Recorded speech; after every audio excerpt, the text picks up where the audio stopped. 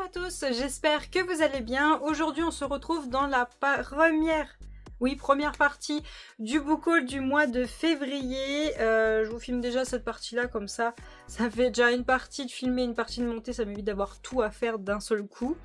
Alors, je vais vous présenter comme ça vient, hein, parce que c'est pas du tout rangé en fonction de quand est-ce que je les ai récupérés. En premier lieu, j'ai récupéré le tome 3 de La méchante est une marionnette de Manglé et Annie Rim de la maison d'édition K-Factory. Donc c'est un webtoon. Je vous relis pas ce que disait le tome 1. Je vous mettrai en barre d'infos la vidéo où j'en ai parlé, je crois que c'est le book haul de décembre. Donc tout d'abord j'ai récupéré celui-ci. Ensuite j'ai récupéré le tome 14 des carnets de l'apothicaire. J'ai pas encore eu le temps de lire les autres. Ouais, je suis à la bourre. Et on avait en plus un petit passage de celui-ci. Voilà. Je sais, je suis à la bourre, faut que je les lise. Ensuite, j'ai récupéré le tome 8 de Ton visage au clair de lune de Mika Yamamori de la maison d'édition Pika Édition. J'ai pas encore eu le temps de relire tous les autres tomes parce que j'ai pas lu non plus le tome 7 et j'aimerais bien relire les autres tomes. En tout cas, il y a écrit à suivre à celui-ci, donc le tome 8 c'est sûr, c'est pas la fin.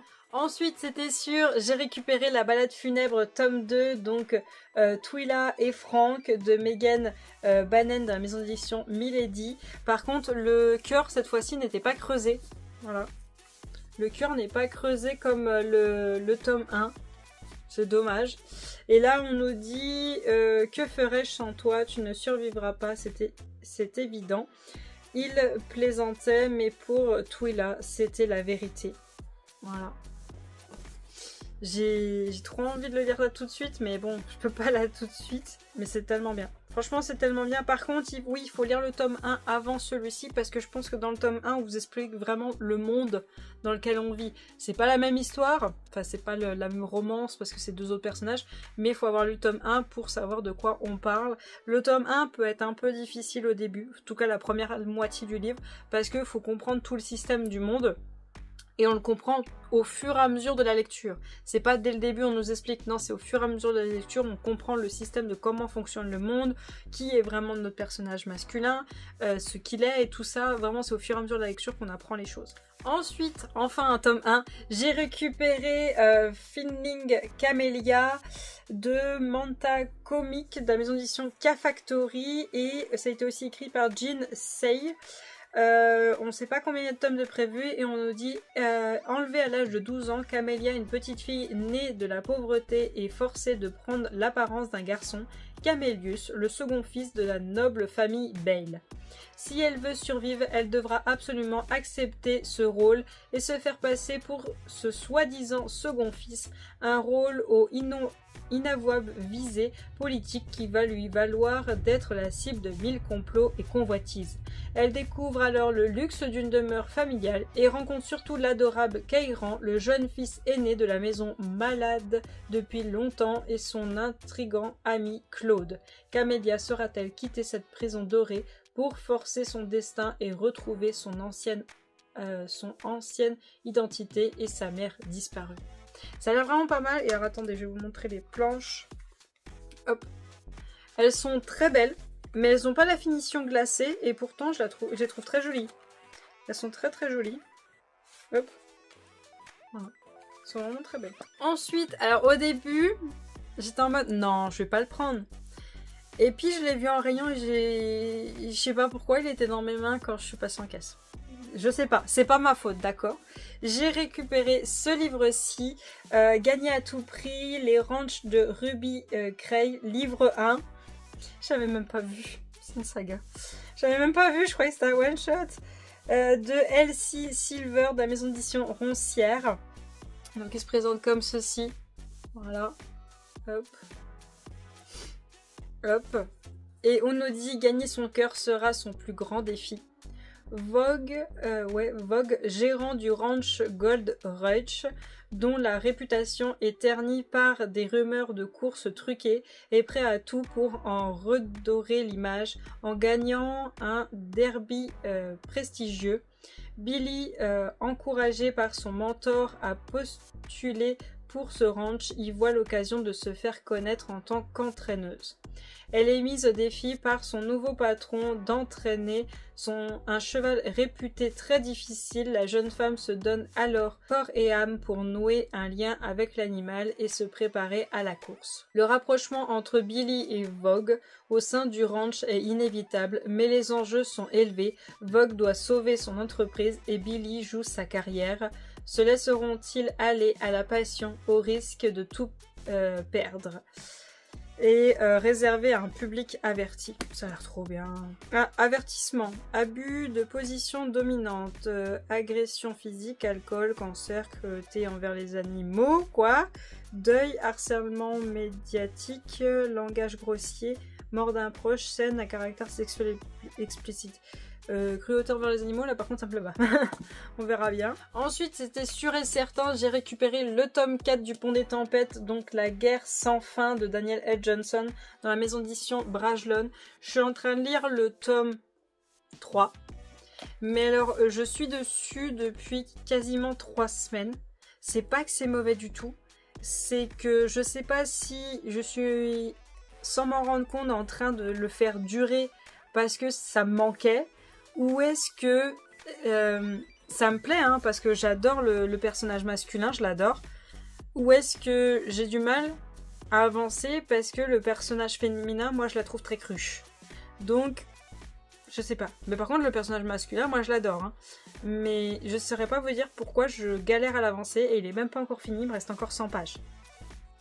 Je l'ai commencé fin janvier, je crois qu'il restait 4-5 jours dans janvier. Et là aujourd'hui on est le 15 février. Je suis un peu deg. Je me dis punaise, j'aurais pu tirer plus et mettre plus de livres en février. Et ce livre-là, pourquoi? Je sais pas, pourtant je l'apprécie. Hein. J'apprécie la plume, j'apprécie l'histoire, j'apprécie tout. Même si certains passages je les connais déjà suite au tome 2 du Pont des Tempêtes. Mais vu que ça fait un moment que je l'ai lu, ça me fait un petit rappel. Mais je suis en mode, j'apprécie quand même. Mais pourquoi est-ce que j'ai autant de mal? Moi, je pense que c'est parce que j'apprécie pas le personnage féminin, mais je sais pas. Ensuite, alors le livre, j'étais en mode, oui, je vais attendre des avis pour le récupérer. Je l'ai récupéré. Donc, Un prince sans cœur de Ingrid Seymour, de la maison d'édition Roncière. Je sais plus si c'est une saga ou pas, je m'en rappelle plus. On nous dit un prince au lever du jour, une bête à la tombée de la nuit. Oui, c'est une réécriture de La Belle et la Bête. Oui, tome 1. Donc il y a plusieurs tomes. Dans un univers où les mondes humains et faées se côtoient, Dany est une guérisseuse humaine sans histoire. Alors qu'elle se rend en territoire faé, des soldats l'interceptent et l'emmènent de force auprès du prince Khalil. Celui-ci est victime d'une mystérieuse malédiction qui le force à devenir une bête cruelle la nuit tombée. Il est convaincu que Dany est l'unique personne à même de lui venir en aide. Au désespoir de rompre cette malédiction qui le ronge, le prince impose à la jeune femme de l'accompagner jusqu'au sommet du mont brisé, le seul endroit où elle pourra le sauver, lui ainsi que tout son royaume. Mais c'était compté sans la passion ardente qui naît au cours de cette ascension, jalonnée de soupçons, mensonges et trahisons. Alors, au début, je voulais pas le prendre. Mais quand je l'ai vu et tout, j'ai fait ouais. Et dessus, alors vous l'avez emballé, il y a écrit contient 2 illustrations exclusives sur calque. Faut pas me dire ça. Donc vous voyez le truc qui est là. Hop. Dedans, vous avez une petite pochette cartonnée comme ceci. Et il est écrit contient 2 illustrations exclusives sur calque. Donc overlay, donc en fait c'est un petit peu transparent. À replacer dans le livre après votre lecture. Attention, les scènes représentées peuvent, sur les illustrations, peuvent vous spoiler. Donc je vous montre juste comment c'est fait. Voilà, mais je vous montre pas c'est quoi. Vous voyez, c'est un peu en transparence. Donc du coup ça m'intriguait, c'est la première fois que j'en ai. Et le livre sans la jaquette, il ressemble à ça. Hop. On a une carte, elle est toute de rouge. On nous dit abus de position dominante, abus physiques et mentaux, agression physique, aiguille, attaque animale, automutilation, décapitation, démembrement, description des cadavres, description explicite de blessures, empoisonnement, enlèvement, langage grossier, meurtre, mort, sang, scène à caractère sexuel explicite, tentative de meurtre, violence explicite. À tous ceux qui luttent contre leurs démons. Et là, vous avez de nouveau la carte, mais pas en rouge. Je pense que c'est pour que ce soit plus net. Et chaque fin de chapitre, vous avez ça. Vous avez ça à chaque fin de chapitre. Donc je pense que c'est la montagne dont on nous parle. Vous l'avez à chaque fois. Et il fait pas loin de 400 pages, je crois qu'il fait 380, un truc comme ça. Mais franchement, bah, c'est la beauté du livre qui m'a fait craquer. Je vous reprends pour la suite de ce book haul du mois de février avec beaucoup de retard. On est le 16 mars. Hein, bon, faisons abstraction du temps et faisons abstraction de ma tête. Hein. Je vous aurais expliqué le pourquoi du comment dans le vlog numéro 32, si je me trompe pas, au cas où je vous l'aurais écrit. Voilà. Alors, pour le mois de février, ensuite, normalement j'ai fait 2 piles, je me suis pas trompée. Ensuite, j'ai récupéré le tome 3 qui est l'oiseau chanteur et le cœur de pierre des couronnes de Nyaxa de Carissa Brookben dans la collection Lost Kingdom de la maison d'édition Bookmark. Alors j'ai récupéré le tome 3 même si je n'ai pas encore lu ni le tome 1 ni le tome 2. Tout simplement parce que les Lost Kingdom, c'est tellement compliqué de les avoir une fois qu'ils sont plus... Enfin une fois que la date de sortie est passée, que bah, celui-ci je me suis dit bah de toute façon t'as déjà acheté le tome 2, au point où t'en es, achète le tome 3. Je vous lis pas le 2. Parce que sinon, je voulais pas le dos, parce que sinon je vais vous spoiler, et aussi parce que j'ai appris, à force de voir beaucoup de vidéos, on se fait beaucoup spoiler, j'ai appris que dans ce tome 3, on suit d'autres personnages que le tome 1 et le tome 2. Ils seraient encore présents, les personnages du tome 1 et tome 2, mais là on suivrait quelqu'un d'autre. Donc voilà, j'en dis pas plus parce que moi je me suis déjà fait beaucoup spoiler, je vous en dis pas plus. Ensuite, j'ai récupéré le tome 5 de Father I Don't Want The Mariage, qui est dessiné par Roa, scénario Yuri et œuvre originale de Young Yae-soo de la maison d'édition Pika Webtoon. Et c'est un webtoon qui est en 8 tomes. Et là j'ai déjà le 5e et vu que j'ai déjà 2 webtoons en cours qui est Seule la mort attend la vilaine et L'enfant des ténèbres, je suis un peu en mode bah de toute façon t'es déjà au 5.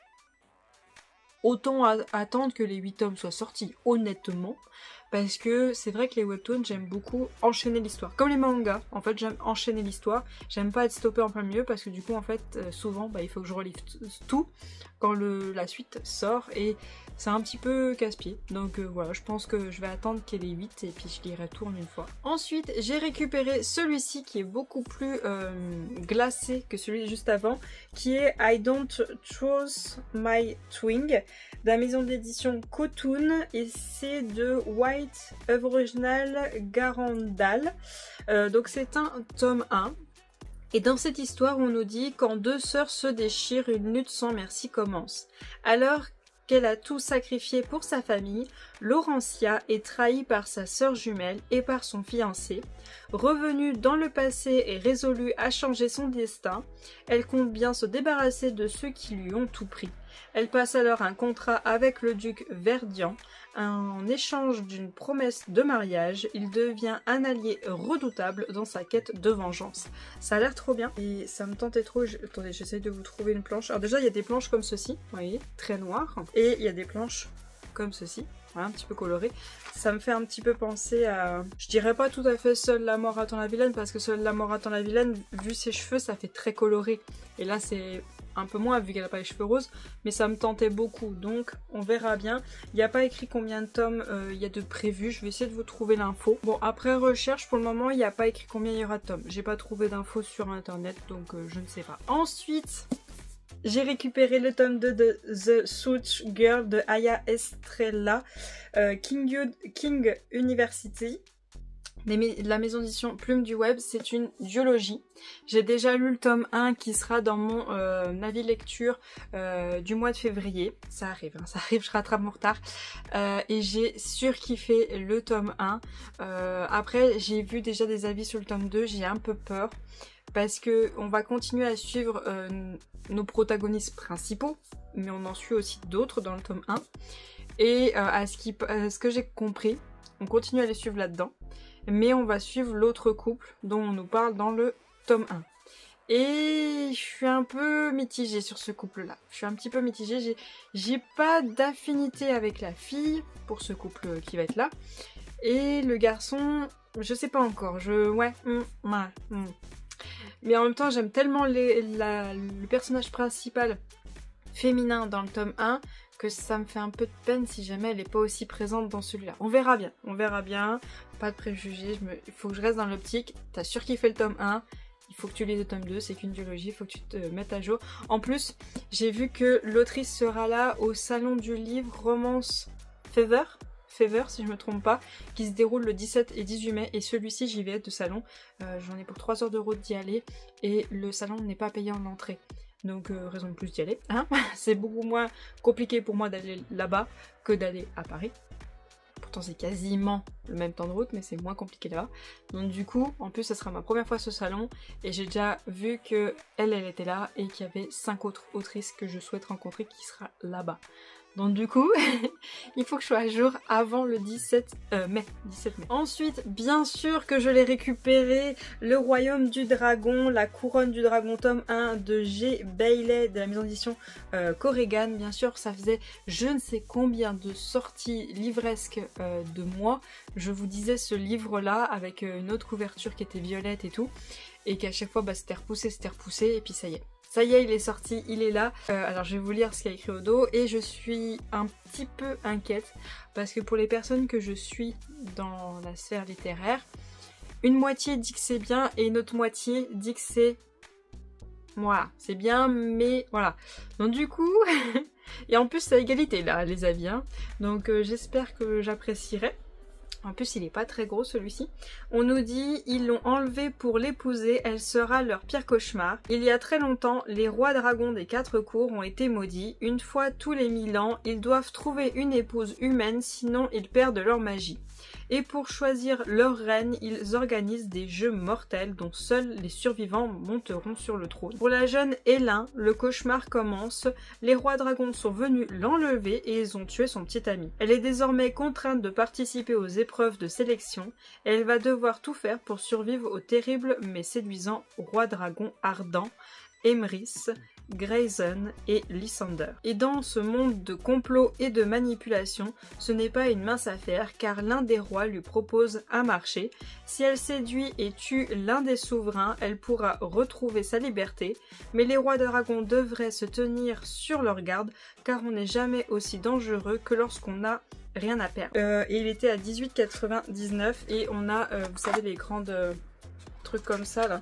Si pour certains vous voulez l'utiliser comme marque-page, mais moi j'aime pas, je trouve que ça abîme. On a un petit avertissement et on nous dit mort violente, torture, violence physique, langage explicite. On a notre petite femme qui est juste là. Voilà, sacrée paire de pare-chocs. On a notre carte qui est assez simple. Franchement elle est assez simple, il n'y a pas trop de... Ouais, on a la division des 4 secteurs des rois et voilà, sans plus. La police d'écriture large, très bien, très bien, je crache pas sur la soupe, là je suis en train de lire une police d'écriture qui est très serrée, ça fait mal à la tête. Et ça me freine dans ma lecture, j'ai pas envie de lire à cause de ça. Et donc on a 301 pages, et encore j'ai vu qu'il y avait des pages blanches, il y a bien écrit à suivre à la fin. Et voilà, c'est tout.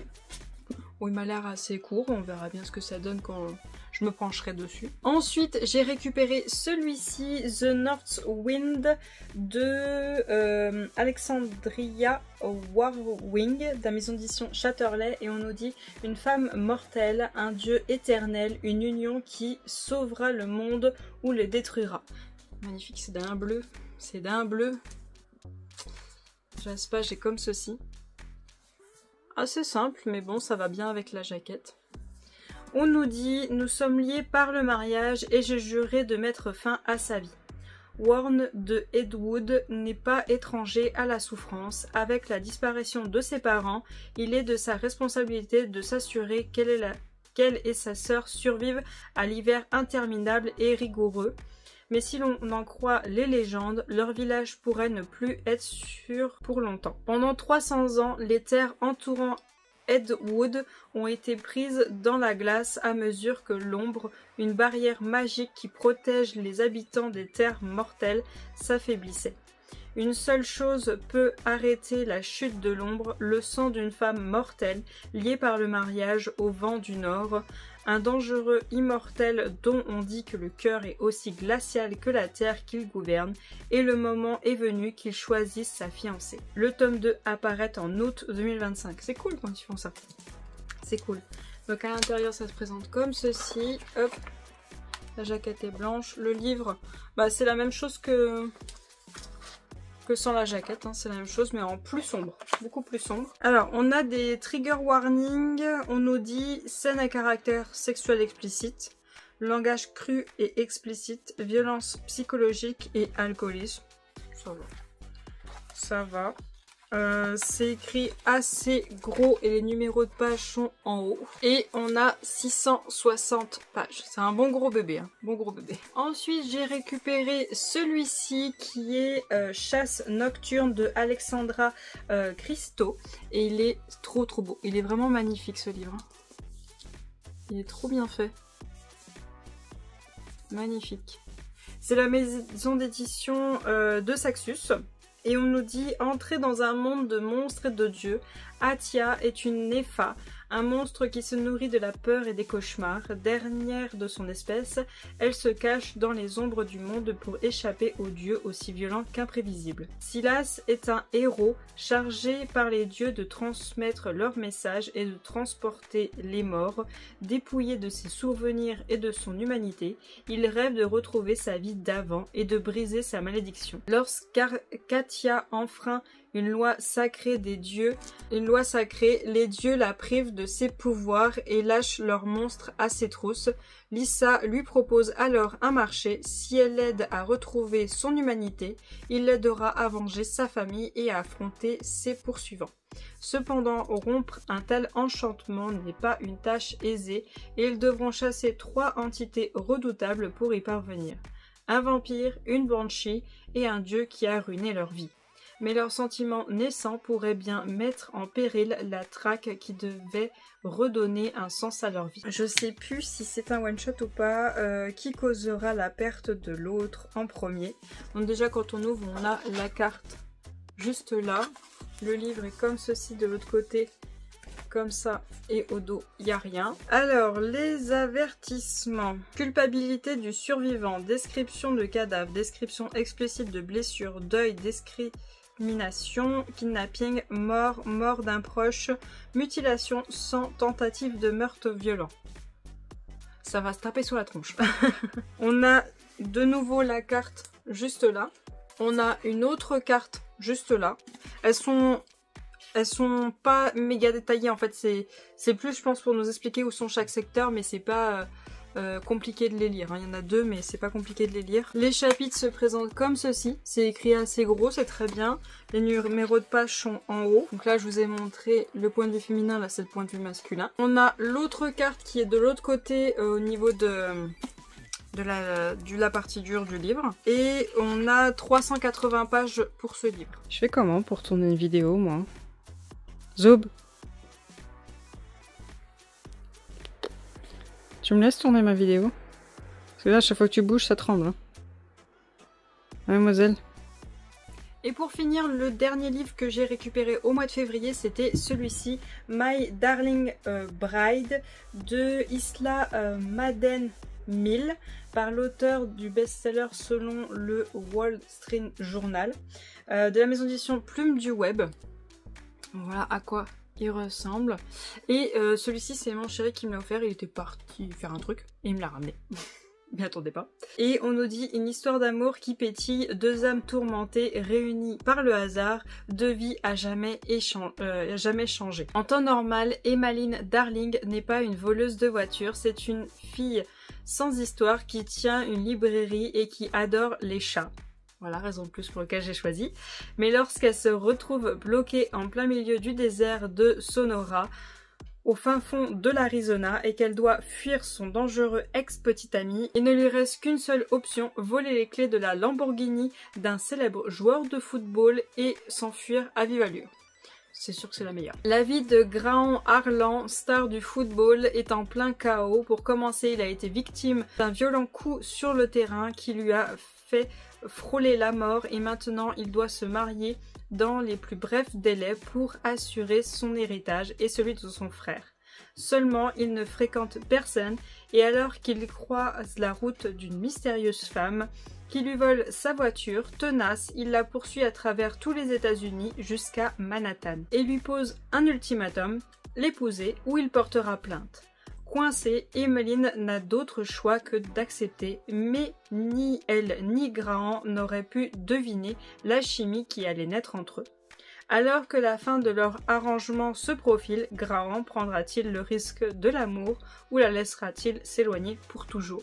Ça m'a fait un peu penser à les saisons de Morgane Moncomble, le tome 3, avec la mère qui est fleuriste, qui a une fille et qui va se marier à un richissime gars qui gère une plateforme qui plaît pas à tout le monde. Et elle va se marier avec lui pour X et Y raison, je vais pas vous spoiler. Et du coup, j'avais surkiffé ce livre et je me suis dit, oh, ça a l'air trop bien aussi. Donc, point de vue de monsieur, voilà. Point de vue de la dame, voilà.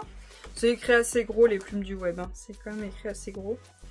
Et on a 388 pages et c'est une fin. C'est un one shot, il n'y a pas de suite. Par contre, monsieur m'a dit que tous les livres étaient comme ça. Alors attendez. Est-ce que je vais réussir à vous montrer?